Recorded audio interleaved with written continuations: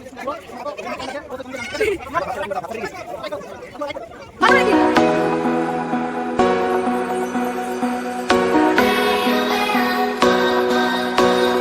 guys, welcome back to my Rizwan show. তো guys এখন আমি বেরিয়ে পড়লাম দীঘায় রওনা হওয়ার জন্য।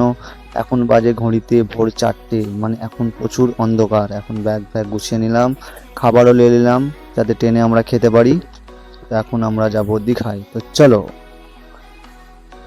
ঘর থেকে বেরিয়ে পড়লাম বাইরে। তো এখন বাইরে প্রচুর অন্ধকার দেখতেই পাচ্ছ। এখন বাইরে আমাদের টোটো দাঁড়িয়ে আছে, টোটোতে উঠবো, উঠে ওখান দিয়ে বাগনান যাব, বাগনান থেকে দীঘার টিকিট কাটবো, কেটে তারপরে আমরা দীঘায় যাব। তো চলো, এখন দেখতেই পাচ্ছ বাইরে কতটা অন্ধকার, বাইরে কেউ কোথায় নেই। আমরা এখন দীঘায় যাওয়ার জন্য বেরিয়ে পড়েছি। তো তোমরা দেখতেই পাচ্ছ রাস্তাটা কতটা অন্ধকার। তো চলো, তোমাদের সাথে স্টেশনে যেয়ে কথা হচ্ছে। তো যাওয়ার পথে তোমাদেরকে সব দৃশ্যটা দেখাবো। সকাল সকাল বেরোনোর ইমেজটাই আলাদা রকম। তো গাইস বাইরে দেখতে পাচ্ছ কতটা কুয়াশা পড়েছে। আমরা যাচ্ছিলাম এখন ঈদের সময়, তো দেখতেই পাচ্ছ কতটা কুয়াশা পড়েছে। রাস্তায় গাড়িতে কিছু দেখতে পাওয়া যাচ্ছে না। তোমরা দেখতে থাকো, ভিডিওটা দেখো, খুবই ভালো লাগবে। পুরো দীঘা থেকে যাওয়া পর্যন্ত A to Z প্রত্যেকটা জিনিসই তোমাদেরকে দেখাবো। তো দেখতে থাকো, দেখো আর মজা নাও। তো চলো স্টেশনে যে আবার। তো গাইস আমরা এখন স্টেশনে চলে এসেছি, বাগনান স্টেশনে। এখান দিয়ে টিকিট কাটবো, টিকিট কেটে তারপরে যাব। তো চলো আগে টিকিটটা কাটা যাক। তো তোমরা দেখতে থাকো কিভাবে যাই আমরা আমাদের বাগনান থেকে।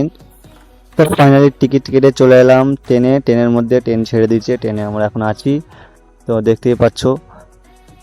তারপরে আমি আমার বন্ধু একটু চা খেয়ে নিলাম, কেন ঘুম পাচ্ছে, ভোর 4টের সময় উঠেছি গাইস।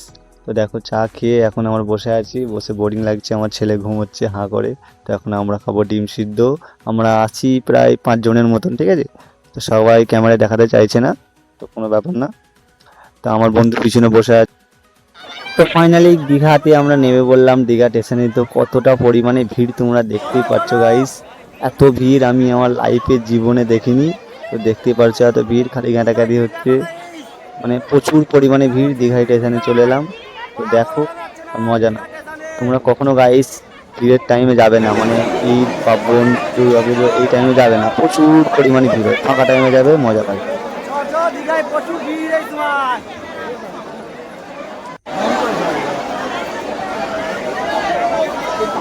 পরিমাণে ভিড় দেখতে পাচ্ছ গাইস, ট্রেন ভর্তি। আবার ট্রেনে ওঠার জন্য লোকেরা দাঁড়িয়ে আছে যে ট্রেনটা আবার।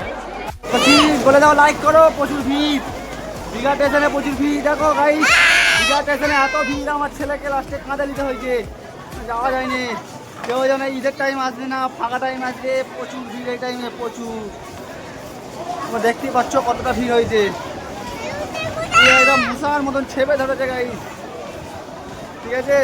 প্রচুর কষ্ট করে ভিডিওটা বানাচ্ছি, ভিডিওটাকে লাইক করে দিবে, ফলো করে দিবে, ঠিক আছে। তো ফাইনালি গাইস আমরা দীঘা স্টেশনে চলে এলাম। দীঘা স্টেশন এখন বাইরে যাব, বাইরে গিয়ে তোমাদেরকে অবশ্যই সবটা দেখাবো। তো ভিডিওটা যদি ভালো লাগে অবশ্যই একটা সাবস্ক্রাইব করে নেবে ইউটিউব থেকে যদি দেখে থাকো, আর বেল আইকন বাটনটাকে দাবিয়ে দিবে, ঠিক আছে। আর যদি ফেসবুক থেকে দেখে থাকো ভিডিওটাকে অবশ্যই ফলো করে নেবে আর বন্ধুদের মাঝে শেয়ার করে দেবে। তো গাইস কতটা পরিমাণে ভিড় দেখতে পাচ্ছ। তোমরা যারা মানে আসার জন্য ইচ্ছুক আছো, তোমরা কোনোদিনও মানে কোনো পার্বণের টাইম আসবে না, তাহলে প্রচুর পরিমাণে কষ্ট হবে, ঠিক আছে। প্রচুর পরিমাণে ভিড় এখন।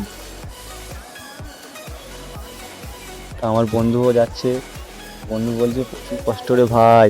আমি হ্যাঁ রে ভাই, হ্যাঁ, আগে জানলে আসতাম না এই টাইমে। তো কোনো ব্যাপার নয়, কষ্ট হয়েছে, মজা হয়েছে, আনন্দ হয়েছে। তোমরা আসো, প্রচুর আনন্দ পাবে, কিন্তু ভিড়ের টাইম একটু কমই আসবে।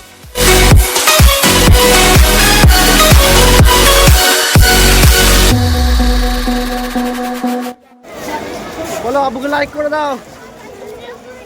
হ্যাঁ, আব্বুকে লাইক করো, ফলো করো। হ্যাঁ হ্যাঁ, বলো আমরা দীঘায় আসছি গাইস। দীঘাতে আমরা এই মাত্র স্টেশন দিয়ে বেরোলাম, দীঘা স্টেশন থেকে। তো আমার ছেলে বলছে লাইক করো, ফলো করো, ঠিক তাই বলেছে। প্রচুর কষ্ট করে ভিডিও বানাচ্ছি। ইউটিউব থেকে দেখলে চ্যানেলটাকে সাবস্ক্রাইব করে দাও, অল আইকন বাটন থেকে দাবিয়ে দাও, ঠিক আছে। আর ফেসবুক থেকে দেখলে ভিডিওটাকে অবশ্যই ফলো করে নিও।